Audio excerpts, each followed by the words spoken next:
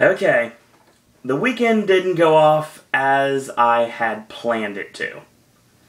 You'll notice that yesterday was when the Versus came out, and today you don't have a video yet, until now. Ashley is absent this week because he's had some issues, so that's all taken care of now, but he'll be coming back next week. That's the reason why you're getting this. That and the fact that I can't really do this video tomorrow because the pay-per-view will already be over. So tomorrow's video will actually be the recap of Hell in a Cell. So that's the reason why I'm doing this NXT and Smackdown video today. Literally a few hours before the pay-per-view actually airs. Now, I won't be watching it tonight. I actually do have other plans. But I will be watching it tomorrow first thing, and as soon as I get it done, I will shoot you guys out the recap, and it'll be up sometime in the mid-afternoon, late afternoon, sometime in that time frame. So, let's talk about this week's, or last week's in this edition of NXT and Smackdown. So, we started off NXT with a virtual squash match, the Ascension coming out, and they faced off against Tye Dillinger and Jason Jordan. And this match was real short. They hit the double leaping shoulder block onto Jordan, and they laid him out, and they put him in the corner, and they did the yaw stomps, and the crowd, of course, was chanting along. And, of course, the fans were like, one more yaw, and, of course, Connor gave him another boot in the midsection just to appease the crowd. Right hand whip in, charges in, gets the back elbow up, tags in his partner, Tye Dillinger. He runs right in like a house of fire, and he's snuffed out like a flame with the flapjack. So Victor comes in after the tag, Fall of Man, and the Ascension win in rather quick and decisive fashion. After the match is over, Hideo Itami comes out, of course, feeling a little bit agitated given the fact that his good friend Funaki was left for dead by the Ascension last week. So obviously he wants revenge, so he runs out to do that, and he fights off Connor and Victor momentarily, but eventually the numbers game is way too much, and he is victimized by Fall of Man as well. So we're leading towards the Ascension against Hideo Itami and a partner of sorts, and I cannot say who the partner is going to be. Obviously, I don't talk about things that have not happened on television yet on these recaps, but I will say that he does have a partner, and it seems like these two teams are going to be heading for a collision course for the next NXT 2-hour live event on the WWE Network, which, coincidentally, I will be attending December 11th, Full Sail University. It is the third NXT takeover, and I'm very excited for it. It should be really awesome. I like their build on this. And if they do what I want them to do tonight, this may be kind of like, okay, they're doing this in NXT, but they're doing this somewhere else, if you know what I mean by that. So, we'll talk about that later on. Tag Team Division NXT used to be really solid. Now it's kind of just a shell of its former self. I like the team of Jordan and Dillinger. The problem with it is apparently they are already split up. I know I haven't talked about it on here because it hasn't happened on television yet, but apparently there is another gimmick for, I believe, Dillinger, and Jordan's got another partner. And that's the reason why it sucks, because I like these two as a team. They're good white meat babyface tag team. Works really well. I don't like the name Team Thick because it's just awkward. I will state right now that I really enjoy the team. And, excuse me. Long day. Team Thick is not this team. That's Murphy and Blake, and I'll talk about them later on. This is a very tag team heavy edition of NXT, but that's how it works nowadays. So we kick into our next match. It was supposed to be Tyler Breeze against Mojo Rawley, and thankfully Mojo Rawley got hurt, thanks to Tyler Breeze. So CJ Parker steps in and is like, you know what, I'll job for you, Tyler, and that's exactly what he does. He comes out to the ring to, of course, his ripoff of Hazy Shade of Winter, and he's got a sign that says, "One man, one world, one cause." I love his hippie mentality. And CJ comes out to face Tyler Breeze. We pick it up midway through this match, crowns him 1-2 and a kick out. Mojo walks to the ring, of course, his arm's kind of bandaged up, and CJ sends Tyler face first to the top turnbuckle, and he goes up top for a dive, and he gets stopped with a simple gut shot. Doesn't even double him over, he just goes down. Charges in, He gets the boots off and kicks CJ off, catches the boot, catches him with a swing, and face first to the canvas goes CJ Parker. Standing Rana with mounted punches and booting CJ in the corner when he gets back to a vertical base. Charging splash misses. CJ with a roll-up 1-2 and a kick-out. Waistlock standing switch reversal by CJ. O'Connor roll and Tyler holds onto the ropes. Ducks the side kick, the standing side kick from CJP, and of course gets mowed over with a beauty shot after the match is over. Basically, there is a momentary stare down from Tyler Breeze and Mojo Rawley, and that's the end of that. So Tyler went from a really nice run in the top of the card of NXT to feuding with whom I think is the least successful roster member.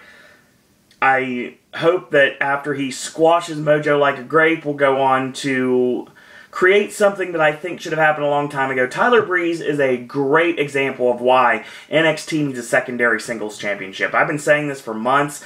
I think by the beginning of 2015, we will do some sort of a one-night or multiple-night tournament to crown the first ever NXT insert your name champion here. Could be a television championship. Could be a network championship. That'd be interesting. A WWE network championship, since NXT's on the network. But then again, you'd have to have network championships for other shows too. I don't know if that would work. Internet championship, a legitimate one, maybe, potentially. But I'm not sure. Maybe they do bring back the old FCW 10 championship. Something like that. Maybe even take that championship and revamp it and create something new. So we have a television title or a secondary championship of sorts that people can compete over in NXT now. Because if there's only a few people fighting for the World Championship, what is everyone else going to do? So, I think that's a good idea. We get the Vaudevillains in tag team action next against, I mentioned Team Thick, I don't like their names, looking a lot like very Motor City Machine Guns in their gear, very much like Sabin and Shelley. Wesley Blake and Buddy Murphy, and this match was good. I enjoyed the tag team action in NXT when it's there. I enjoyed it a lot more than I enjoy the WWE tag matches, which are so formulaic I can do them in my sleep. We'll talk about that later. So, Aiden English works the arm, makes a cover, gets a 2 off of that, tags in Simon Gotch, and he breaks Murphy down, working on the arm, and Murphy with a jawbreaker out. Tagging English. English cuts off Murphy and goes for a suplex. Murphy floats over, lands on his feet, tries to roll him up, but he doesn't go for a pin. Roll-up was basically just a distraction so he can make the tag, and he does just that. Tags in. Wesley Blake comes in. Forearm. Simon Gotch off the ring apron for good measure. Spinning back elbow to Aiden English. Duck Aiden's clothesline and a springboard into a 180 flying forearm. AJ Styles style. Off the middle rope. Kip up by Blake and O'Connor roll, but unbeknownst when he was trying to roll him up, Simon Gotch gets tagged in. Aiden English comes in and kicks Blake straight into a forearm from Simon Gotch. Gotch goes for a reverse neck breaker, and instead of doing the neck breaker, he jolts him in the back of the neck with a European uppercut. And this walks right into a running corkscrew neck breaker from Aiden English, and we call this the Gentleman's Congress, and that's the 3 right there. Vaudevillains on a collision course with the Lucha Dragons, the NXT Tag Team Champions, somewhere in the near future. Sounds to me like it's a very good possibility it's going to happen at the next TakeOver, and I'm hoping so, obviously for completely selfish reasons. I like the Vaudevillains as a team. I like the tag team maneuvers. I like the old-timey gimmick. I like the old-timey music, even though I like the original music a lot better. I don't really like this music as much as I did. And there's a lot of changes in music. Like, the next one is the next match we had, which is Bayley against the boss, Sasha Banks. Of course, Bayley comes out to that really, like, peppy, awesome music, and now she comes out to something I don't really like very much. So, yeah, I don't know why they changed the Bayley theme. It kind of sucks, honestly. We pick it up midway through the match. This match was good for what it was. Very short women's match, and I very much enjoyed it for what it was. Sasha with a snapmare, and she does the crisscross instead of, oh, I don't know, a front drop kick, or a straight kick to the face, or even like a spinal tap kick to the back of the the back of the back, really, like the lower back. No, she crisscrosses, and instead of drop kicking or doing anything else, she straight up slaps Bayley in the face. Now, this keeps Bayley off guard long enough for her to get a near fall off of it. Okay. So she locks in an inverted surfboard, her foot firmly planted in the upper back of Bayley. So Bayley gets caught, and she's about to fire up, and hair pull takedown sends her down. Chokes her on the middle rope. Straight kick, and she tries to fight out with 2 axe handle blows to the midsection.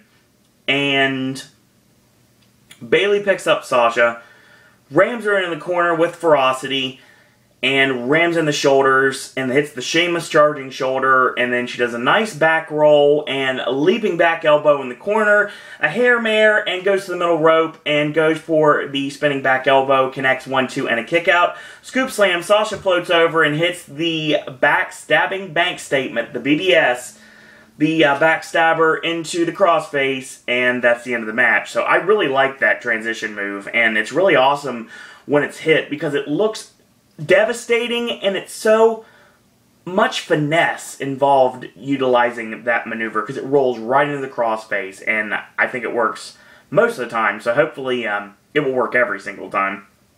It has so far, so hopefully it'll continue to do just that. So Becky Lynch comes out to make the save when Sasha decides to try to attack Bayley after the match is over.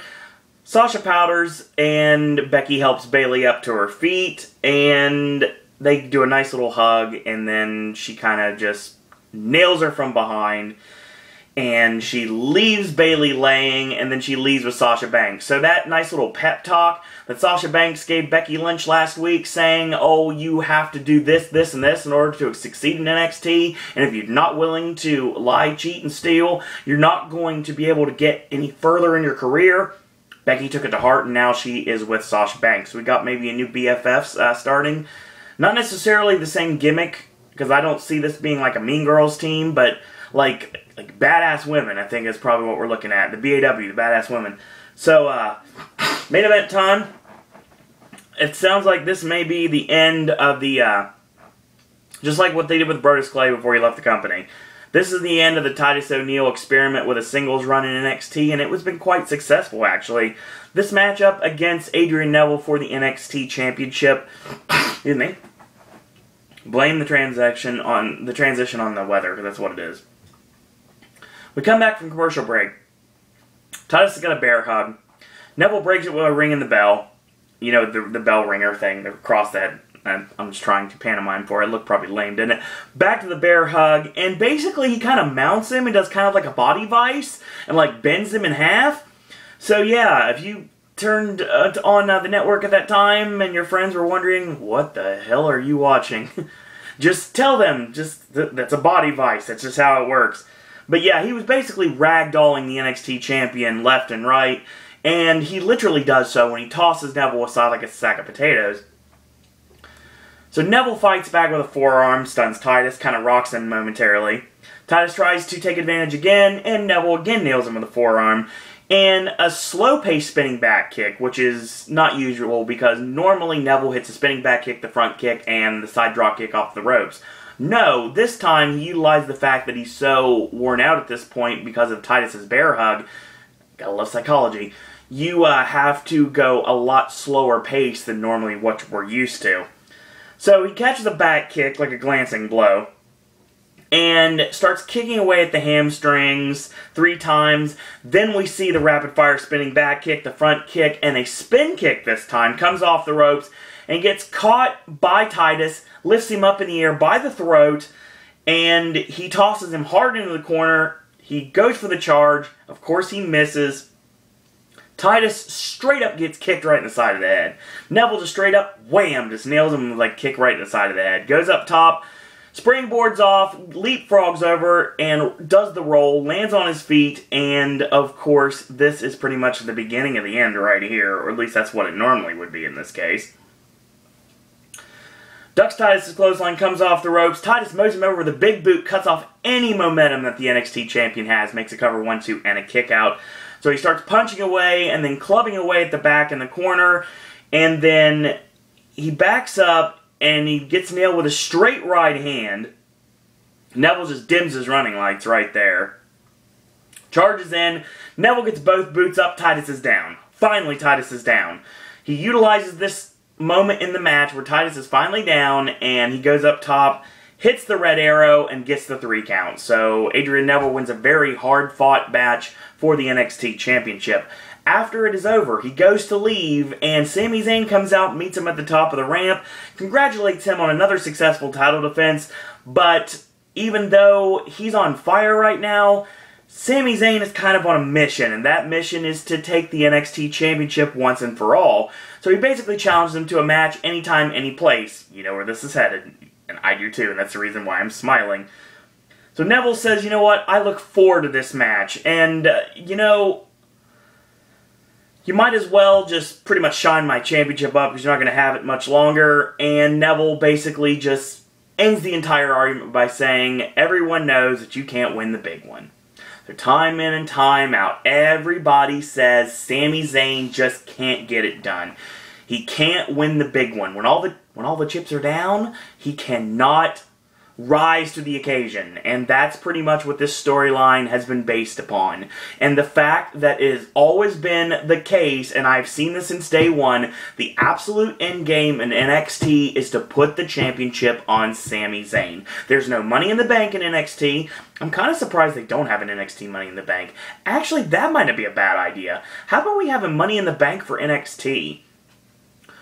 I would say you take... Obviously, you can't put Neville in it, and you can't put Zayn in it, because they are most likely battling for the championship. But you take a lot of the top-tier NXT talent, and you put them in a ladder match, and we try to find out who could be the NXT Money in the Bank. They could have a briefcase, just like WWE has one, and that person can have a shot at the NXT champion whenever they would like.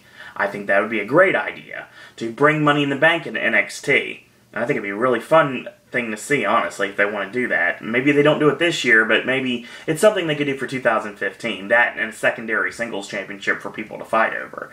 This show right now is actually pretty good. I very much enjoyed it. I didn't get to see Mojo get rocked, so that sucked, because I hate Mojo Rawley. The Vaudevillains are an awesome tag team.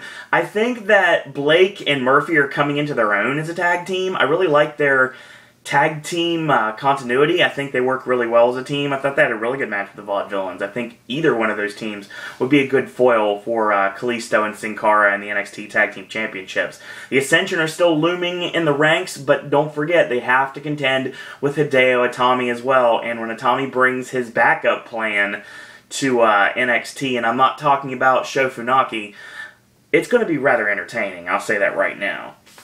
Bayley and Sasha Banks, great women's match. Best women's match I've seen on WWE television this week, without a doubt. Since I just watched the abysmal 6 Diva tag matches that were on Raw and Smackdown. Don't care about those matches.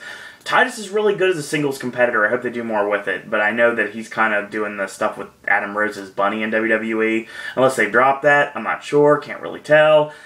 I think that that's probably going to end up leading to a reformation of the Primetime Players in 2015. That's what I think will probably happen. I think that's the right direction to go.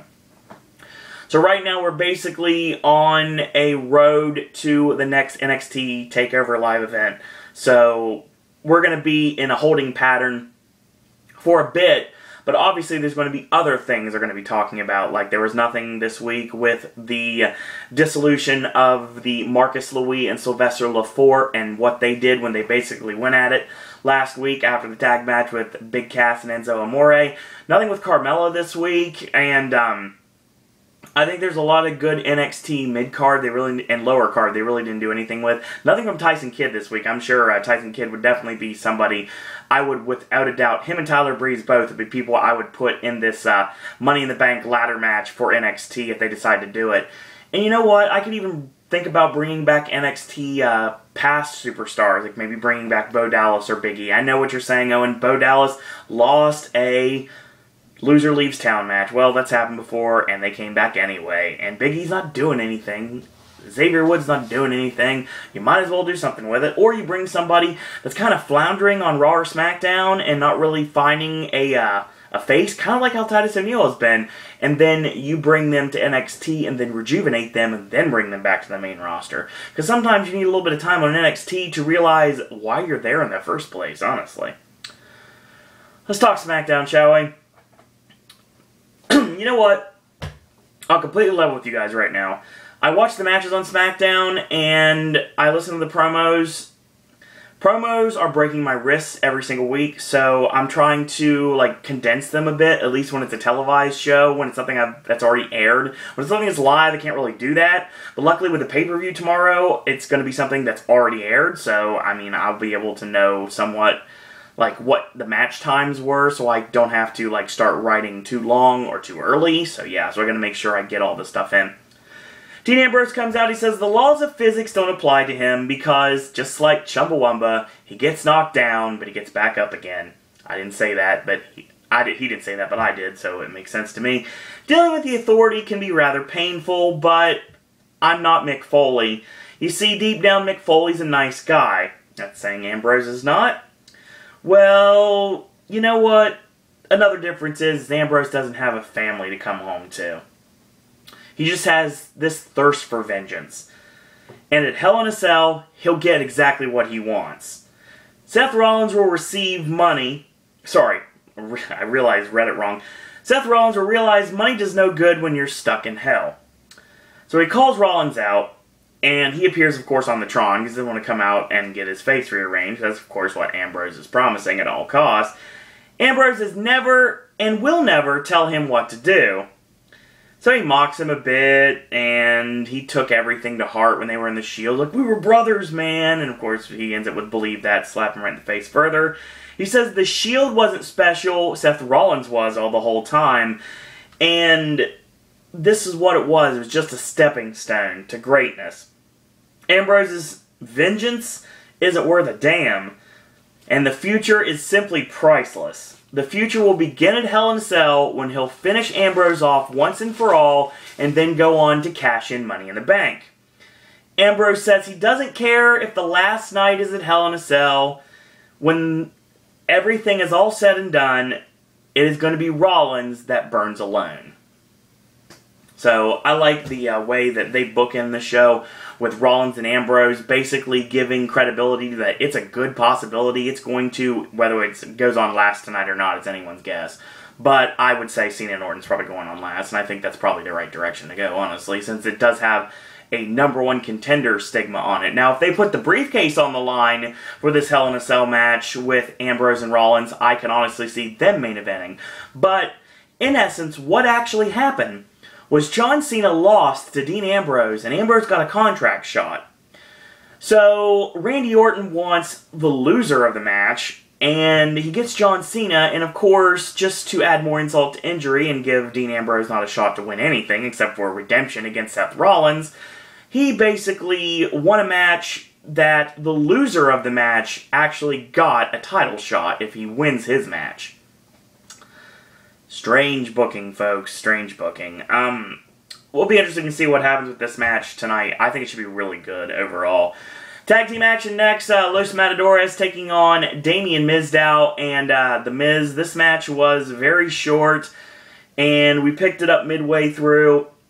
Miz line in the corner. Tags in Mizdow, of course. Whip in, and he puts on the brakes. Does Diego while he holds on the ropes, putting on the brakes. Charges in, he gets drop toe, Diego drop toe holds Mizdow to the middle rope.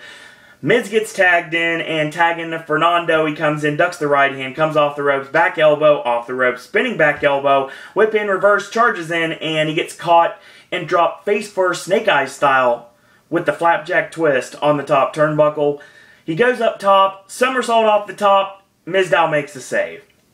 Diego comes in, Mizdow with a boot, and he tries to toss Diego out. Diego reverses momentum, tosses Mizdow to the floor. Miz nails Diego from behind, knocks him all the way to the outside, and this allows for Fernando to come in with the backstabber, and Miz holds onto the ropes and goes for the figure four, and while the figure four is being applied in the ring, Diego is being locked in the figure four by Mizdow on the outside of the ring, and double tap out from the Matadors inside and out as the match is over.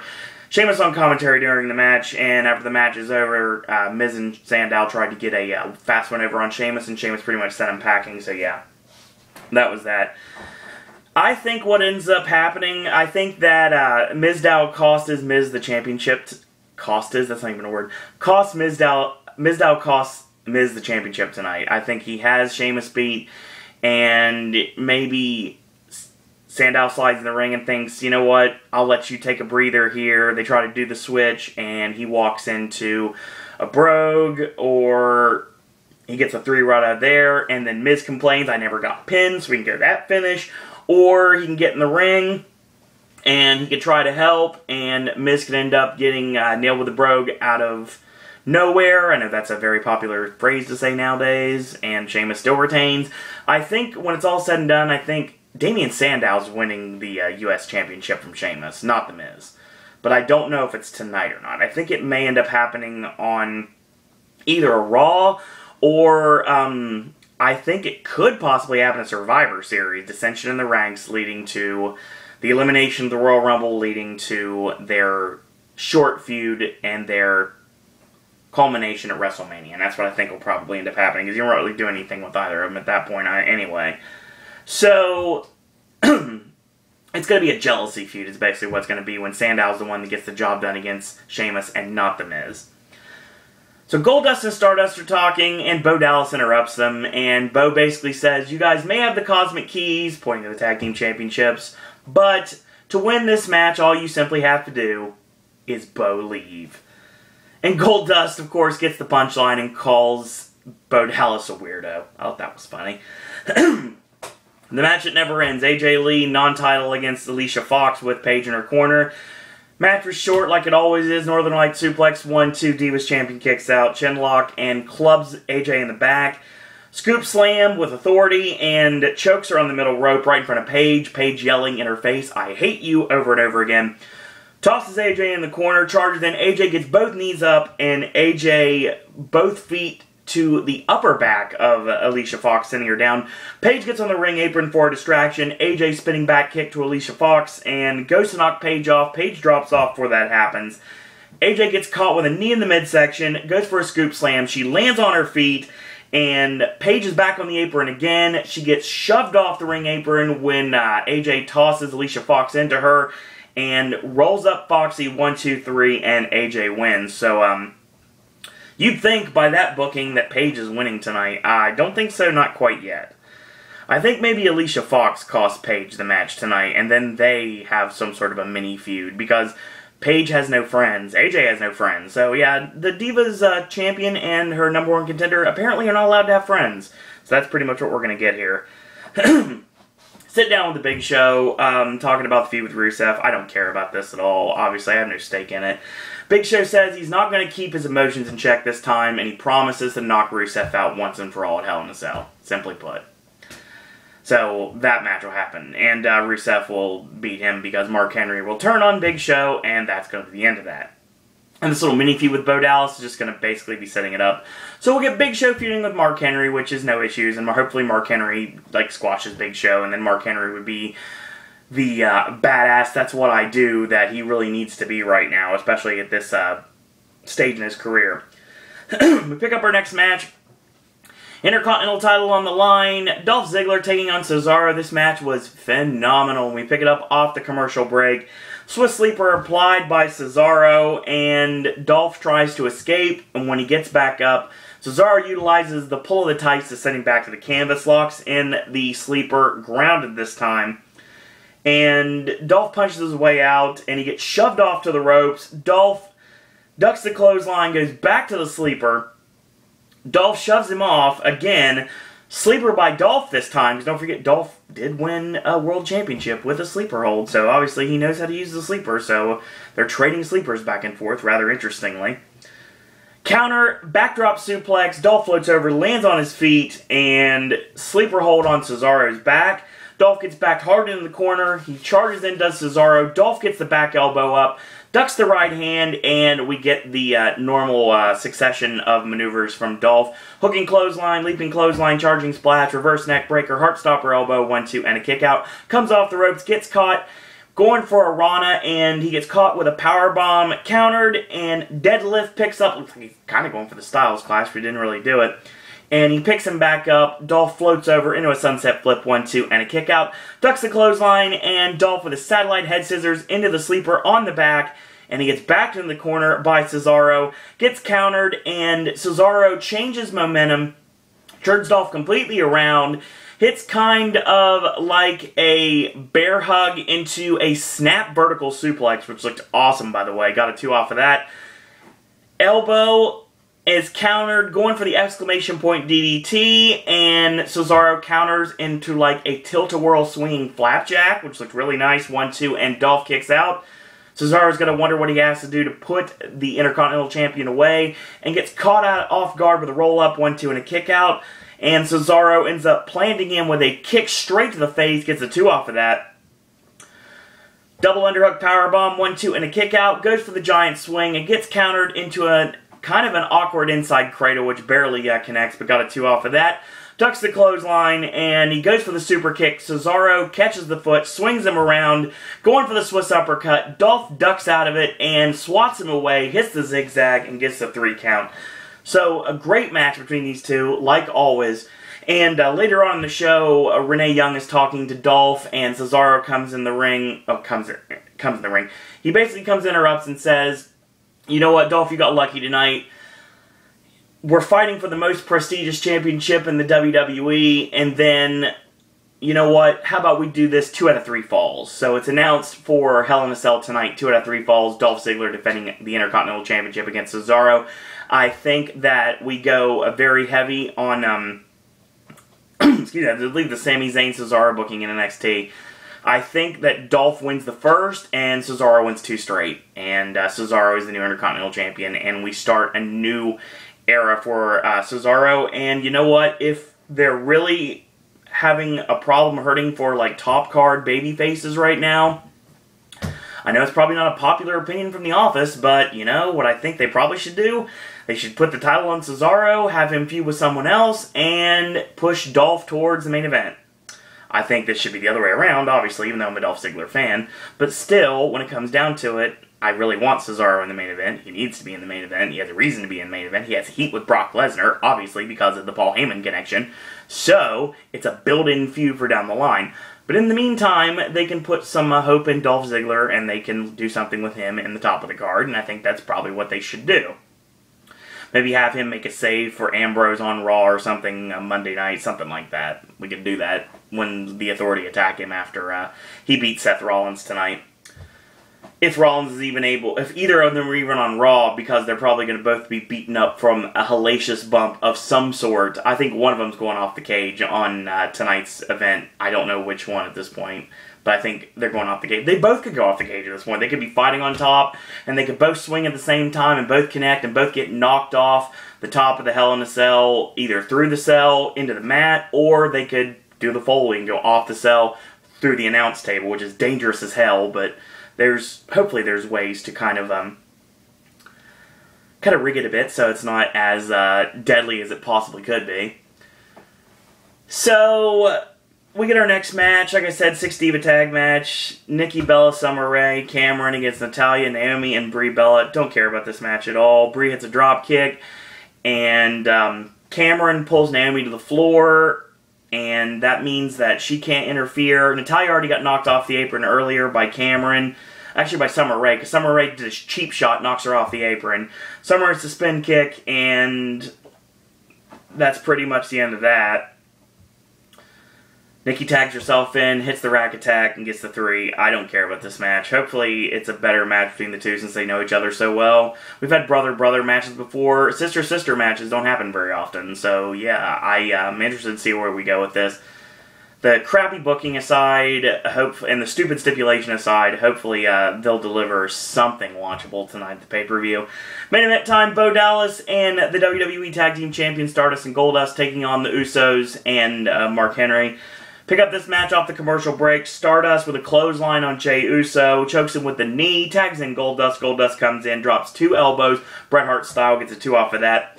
Chinlock, and the Uso punches his way out in this case, shoves him off in the corner, punches Stardust off the ring apron for good measure, and Bo Dallas drops off the ring apron so he doesn't get knocked off as well. Boudin is caught by Goldust, spun around, insecurity kick is ducked, but if the right one don't get you, like Rob Van Dam has always taught us, the left one will, and he does connect. Tags in Mark Henry, tag in Bo Dallas. Bo charges in and eats a clothesline and gets up and nailed with a big boot. Goldust comes in to try to take advantage, and he gets clotheslined by Mark Henry. Tossed out to the floor, Stardust leaps off the top and gets caught with the World's Strongest Slam, but he gets picked up and he lands on his feet and he gets caught with a super kick from the Uso. One of the Usos, the Samoan suicide dive on Goldust.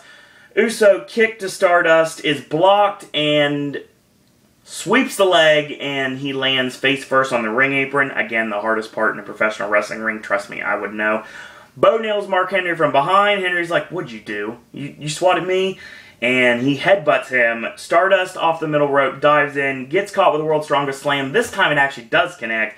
This allowed for a distraction. Bo Dallas hits the swinging Bodog and gets the 3 off of that. So Bo Dallas, Stardust, and Goldust win in a good 6-man tag match, putting over the matchup between the Usos and Stardust and Goldust that's going to happen on the pay-per-view tonight. So I think we have a retaining of the tag team championships. I don't think the Usos are winning tonight, and they don't need to. So, main event that's our main event match, and Seth Rollins comes to the ring with Joey Mercury and Jamie Noble, and the ring is covered with 2 tables that are covered with various weapons. I mean, there's some chairs, there's a screwdriver, there's chains, there's a 2x4, there's hammers, and Rollins says that Ambrose isn't the only one with a bag of tricks. He taught Ambrose everything he knows. Rollins was born a winner, and which is why he's going to win tonight. He's a student of the game and understands once that cell door shuts, the only rule is that there are no rules. So, Rollins does the same hokey pun stuff that Ambrose did on Raw with the screwdriver, saying he's always a screw-up, and then he calls out Ambrose, he doesn't come out, and Rollins says, you know what, maybe you're a lot smarter than I thought you were, but you're simply afraid, that's why you won't show up. And he says that his future is bright, but Ambrose is basically headed straight to hell. So they show the footage from Raw, which I'm not recapping because I did that already last week. And when that is over, Ambrose is in the ring with a Singapore cane, and he nails Rollins repeatedly. Mercury and Noble hit the ring and try to get them off Rollins, and they get nailed as well. Noble gets hit with a jawbreaker lariat, and Mercury ends up eating the Dirty Deeds version 2 by Ambrose. They lay Mercury on the table, and he puts him through the table with a top rope elbow. The fans chant for one more time.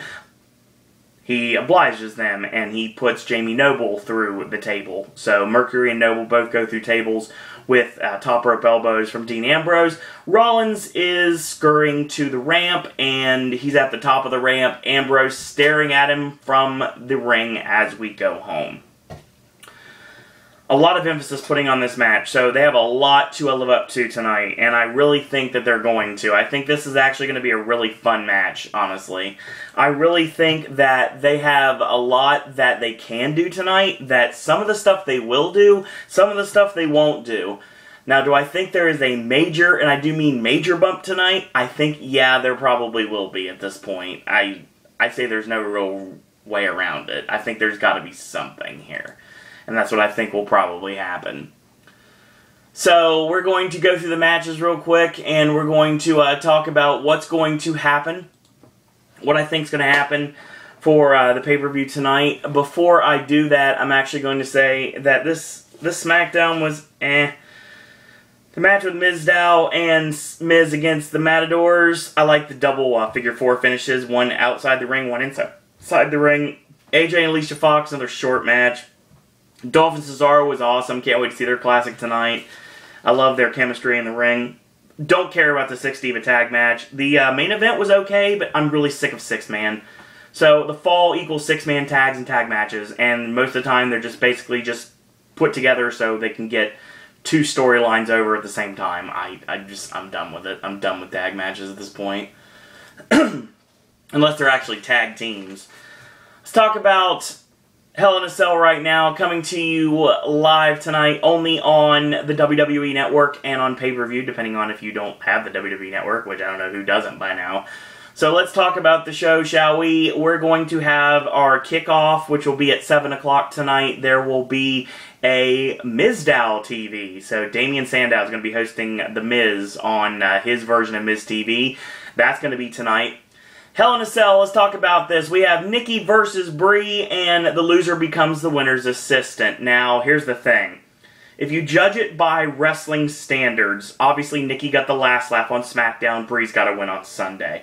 Here's the thing, though. You cannot have a match stipulation like this where the face wins. It doesn't work that way. It just doesn't work that way. This is going to further fuel the catalyst that there's going to be a one-out blow-off match between these two, and this is going to lead to this finish tonight. Will there be interference? I think there potentially could be, but I don't know. They may end up just like doing like no interference. This won't be clean, but I mean, I don't necessarily think anyone gets involved. The only person that can get involved is Stephanie McMahon, re-interjecting herself into this feud where she has sorely been missed from the entire time that they started all the Jerry Springer crap. So, if that ends up happening and we lead to Brie has to go through Nikki to get to Stephanie again and get her revenge ultimately on Stephanie, I think that's probably the right direction to go, and that's the direction I would look into for the remainder of the year into 2015. I think Nikki Bella is over with the Rack Attack by pinfall via shenanigans of some sort. United States title on the line, Sheamus defending against The Miz with Damien Sandow in his corner. Like I said before, Sheamus will retain. I think there's a couple ways you can go with this. The Miz ends up getting distracted by Mizdow, and that leads to more dissension. That leads to, obviously, Sheamus winning. Or The Miz could end up losing the match because Sandow's the one that got pinned, and of course he can complain, I wasn't pinned, my stunt double was, and he could go complain on Raw Monday night, and we could talk all about that. So that's another direction we could go. Either way, fact remains, definitely interference from Damien Sandow, and whether it's good or bad in The Miz's favor or not, I do think Sheamus does retain the night, and I think that's probably the right direction to go. AJ Lee defending the Divas Championship against Paige. AJ got the last laugh. You think that means Paige is regaining the championship tonight? I don't think that's going to happen. Not quite yet. I think that it probably happens at Survivor Series. Or maybe we'll wait till TLC, or maybe we wait till the Royal Rumble. I don't think they're going to flip-flop the Divas Championship tonight. I think AJ wins.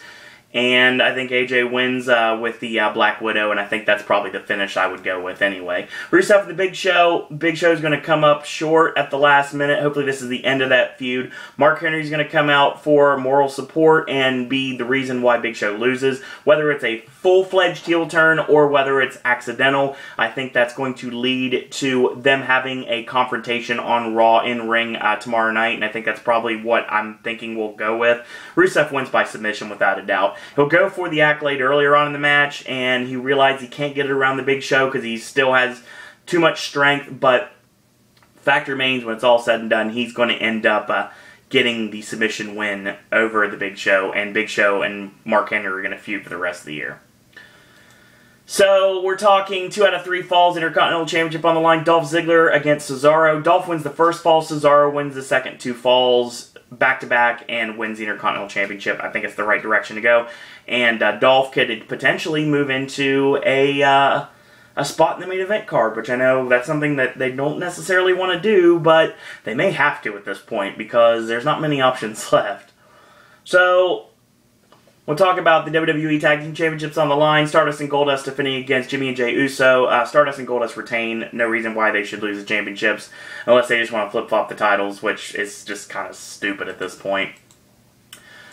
So, I think that's all. Yeah, main event time. We're talking double main event. The Money in the Bank briefcase not on the line like I thought it would be. So, maybe it's on the line at Survivor Series, maybe it's on the line at TLC. Don't forget, the Shield have a nice little pass at TLC to greatness, so maybe, just maybe, we might see them facing off with the case on the line at TLC.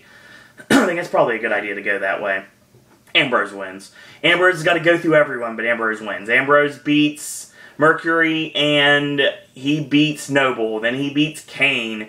And Randy Orton will refuse to get involved because he's not going to help Seth Rollins, and that's going to end up having Rollins and Orton kind of arguing, and maybe Hunter will get involved, maybe not. I doubt it, not quite yet. I think it does happen, but I don't think it happens yet. I think they save that for a Survivor Series or a Royal Rumble at this point. I think that's probably a right direction to go.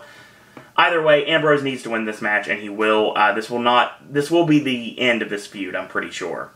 But there could be some legs to this if they have Rollins win tonight, so this won't be the end of... Okay, once again, if they're going to do this with the case on the line, this can't be the end. So Rollins has a reason to go over. But I do think that Randy Orton could be a reason why Rollins loses. Especially because Randy Orton and John Cena are coming up next, in the second part of the double main event. We're going back to SummerSlam 1990 all over again. Remember Hulk Hogan and Earthquake and Ultimate Warrior and Ravishing Rick Rude for the Intercontinental title in the steel cage on separate sides of a main event? Yeah, we're going back there again, folks. And we are leading to... I think Randy Orton's going to win. I think he needs to win. And this new renewed push for Orton being a babyface, which will end up happening eventually, I think that ends up leading to that. And I think by this time next year, there's a good possibility we see John Cena and Randy Orton teaming up against other people instead of facing off against each other. With Survivor Series being in St. Louis, it kind of gives me a chance to see Orton and Lesnar at Survivor Series, which I'd like to see. But they still could pull the fast one and have Cena go over tonight. It could go either way. Will we see the Wyatt family tonight? No, I don't think so. It's a possibility, but a very minute one. I think that they will re-debut on Raw tomorrow night, and I think that's the right direction to go. I think it's a good idea, actually, for them to come out and interrupt Hulk Hogan, to be honest. I think they should just, snuff out Hulk Hogan. I think that'd be kind of cool. Bray Wyatt working with Hulk Hogan, and Hulk Hogan could be in the corner of whomever the Wyatt family, not together, but kind of working together, but not exactly together, who they end up feuding with. I think that'd be a good idea at this point. So yeah, that's what we've got for Hell in a Cell. Should be an okay pay-per-view. So that's your video for today. Tomorrow we're going to talk Hell in a Cell, and Tuesday we're going to talk Raw. Wednesday, the Vlog of Randomness talks all about theme park annual pass perks. We're going to talk about Walt Disney World, Universal Orlando, SeaWorld, and Busch Gardens Tampa. We're going to see what the perks are. Is it worth your dollar or not? That's going to be your Vlog of Randomness. And Thursday, Sip and Snack is going to bring you a new segment. You guys and girls out there enjoyed the brand new segment of Sip and Snack last week. Thank you for watching that. Spread the word out about that. And brand new segment coming on Thursday. Halloween, we're going to have AJ's movie reviews. We're going to talk about Nightcrawler. We're going to go The ABCs of Death 2, VHS Viral, and a few other films. So that's going to be your video. And of course, Saturday, Ashley will return with Gaming with Ash. Sunday is a brand new Versus, brand new month, being November. Don't know what the Versus is going to be yet. That's a straight up shoot, I don't know. And very soon we're going to get a big, massive amalgamation video of a lot of movies that AJ has watched recently that just don't fit into a Versus or don't fit into an AJ's movie review. We're just going to lump them all into a video and do one of those obscure videos that you guys love so much. So that's what we're going to get for the remainder of the week. So in the meantime, if you like these videos, tell your friends about them, leave a comment, do subscribe, help spread the word about Pop. If you haven't yet, go to Facebook, click like on our Facebook fan page, it's Sir Owen Disney Pop. Follow me on Twitter at Sir Owen Disney. Or if you'd like to send me a friend request on Facebook, it's Owen Disney. Last but certainly not least, you want to send your thoughts, comments, queries, and opinions. You want to talk WWE with me. You want to talk wrestling in general with me. You want to talk about Universal or Disney or Halloween Horror Nights. Still got some more Horror Nights content still to come very soon. Or if you just would like to chat, or if you'd like to become a popcaster yourself, Versus ideas, segment ideas, you'd like to contribute to Sip and Snack, or if you would like to ask me questions I can't answer on here for good reason, you're more than welcome to do so. Email me, SirOwenDisney@gmail.com. In the meantime, I want to thank you guys and girls out there for watching. Enjoy Hell in a Cell tonight, and until tomorrow, boys and girls, that's all I got to say about that.